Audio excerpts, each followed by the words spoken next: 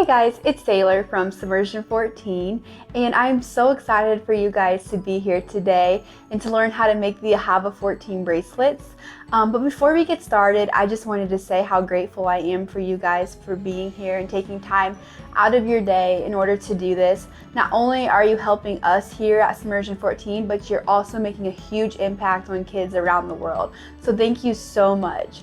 I wanted to just hop on here to just give you guys some tips and tricks when making the Ahava 14 bracelet, just to make the process go a little smoother. But let's grab our bracelet kits and let's get started.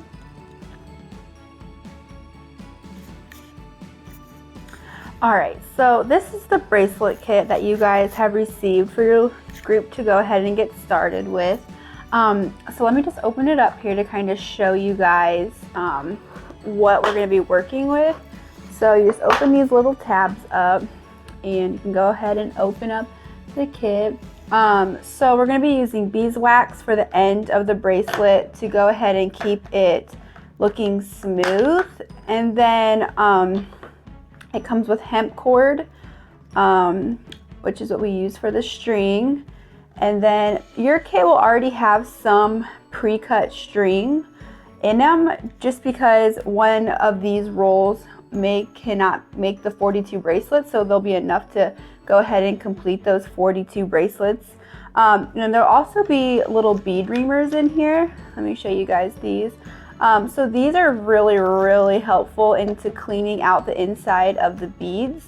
You just place it in here and you just go in like that to just help clear out any extra wood that would be in these beads. So that's what those look like here, just up close. They're like little files.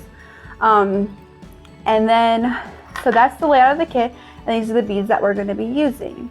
So let's go ahead and get started. I'm going to move this out of the way so we can see.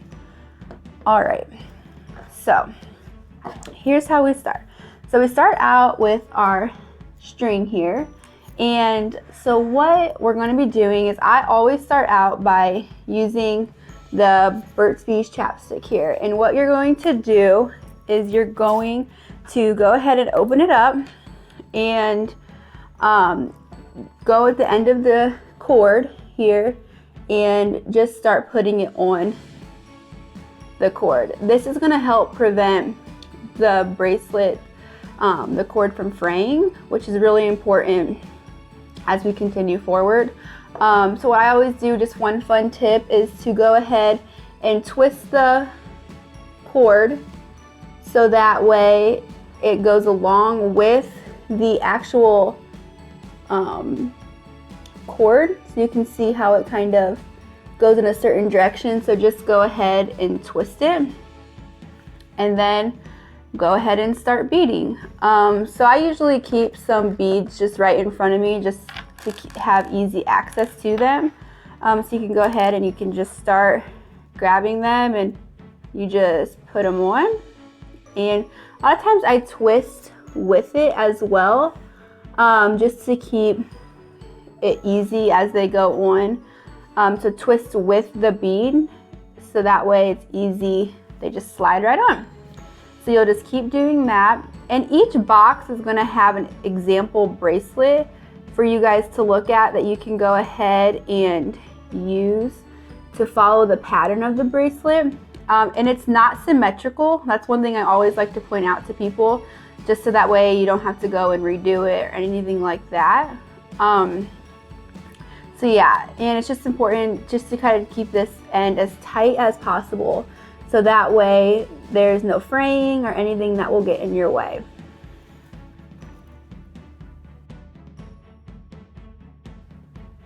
Okay, so I started some of the bracelet and I just wanted to show you guys when you get to these little blue beads. Let me grab some here so you guys can see them up close.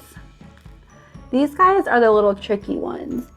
They definitely require a little bit extra, I guess like work you could say. So what that looks like is I always use the bead reamer when using this. You can also use like toothpicks or just anything real, any little tool to just go ahead and go into the center of this.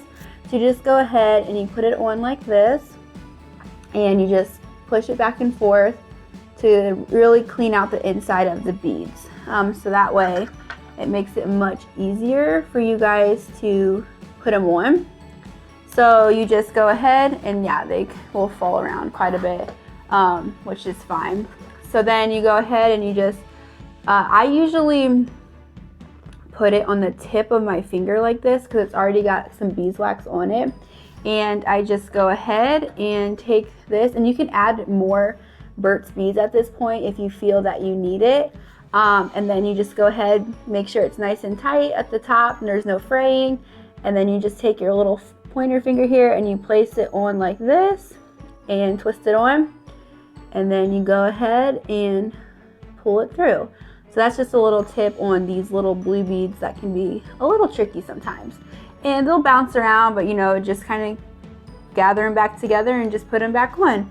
So that's just a good tip as you keep working through on the little blue beads. So, all right, so I completed my bracelet and I just wanted to show you guys here up close. I mean, you can also screenshot this or pause the video to get the pattern. Like I said, there'll be an example bracelet in the box, as well as on this website. On the website you can go ahead and have the pattern will be there as well.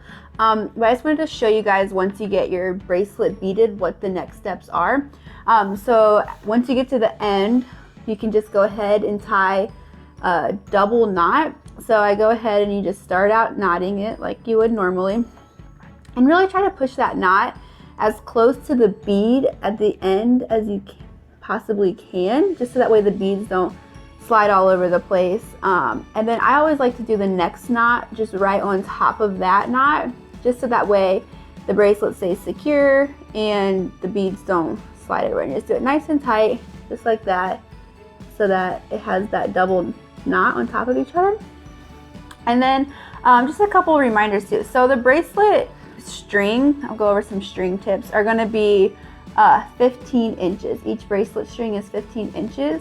And when you start the bracelet as well, just don't forget this, you just double knot this starting end as well, and leave around 4 inches, preferably 4 inches at the start of the bracelet, because we'll be putting this together here in a little bit, and I'll show you how to do that.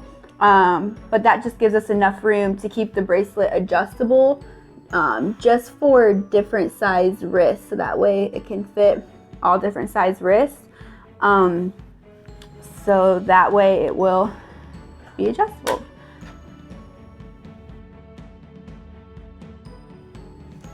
Alrighty, so now I'm going to show you how to bring the bracelet together so that way it can be put on the wrist.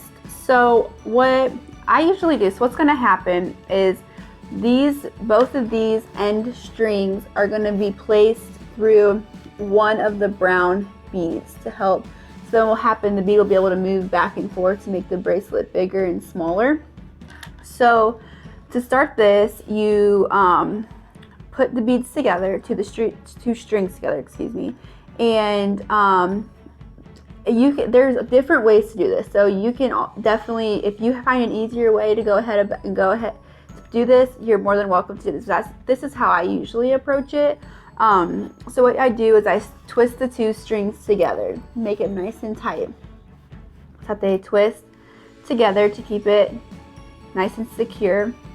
And then I twist these two together at the top like this, and at this point you can add more Burt's Bees to keep them nice and tight together. So just twist it like this, and what I do then is I take this brown bead, and you could do this before, but I take the bead reamer back here again and just put it through and just really get the inside cleaned out, so that way the two strings will smoothly go through. So you just go ahead and clean it out like that, and then what you do is you just come back here and make sure your strings are nice and tight together like this. So they're nice and tight, like braided together almost, and just twist this end. Now this might take a couple of tries, or sometimes it will just go right in. It just depends really on the string and what's going on. So Just go ahead and you put it through like that. And then I just unbraid it like that. And voila, you have your bead, and this will be able to make the bracelet bigger and smaller. So that helps make it adjustable. Alrighty, so we're in our final steps now, and you're almost there. You're doing so good. I'm so proud of you. So now what we're gonna do is we're gonna take 2 of the small blue beads that we've been working with that have been throughout the bracelet, and you're gonna clean the insides out with your bead reamer. And go ahead and do that. And we're gonna be putting these on the ends of the bracelet, so that way it adds little fun little blue beads at the end. So you just take it through this bracelet, the end of each string is gonna get one of the blue beads. So you just go ahead here and put it on the tip of your finger and just push it on and twist it in, so that way you can go ahead, then you just pull it through here. A lot of times what I'll do is I'll use my nail to kind of like pull the string through like this. I mean, this sometimes it's tricky, but yeah, you just go ahead, pull it through, and then leave probably about 2.5 inches, 3 inches, and then you're gonna tie off a knot. Another double knot is what we do. So the whole bracelet is double knots whenever you're doing any knotting. So you just go ahead and put that on, and then you're gonna go to the other side here, and this looks like it needs a little bit more cleaned out. You can see it has a little bit of wood in the middle, so just go ahead and get it out. There we go. And just put it at the end of your finger like this. And just the other side then that doesn't have the blue bead, you're just gonna twist this, and you're just gonna put it right on like that. Twist it in. Go ahead and push it through like this.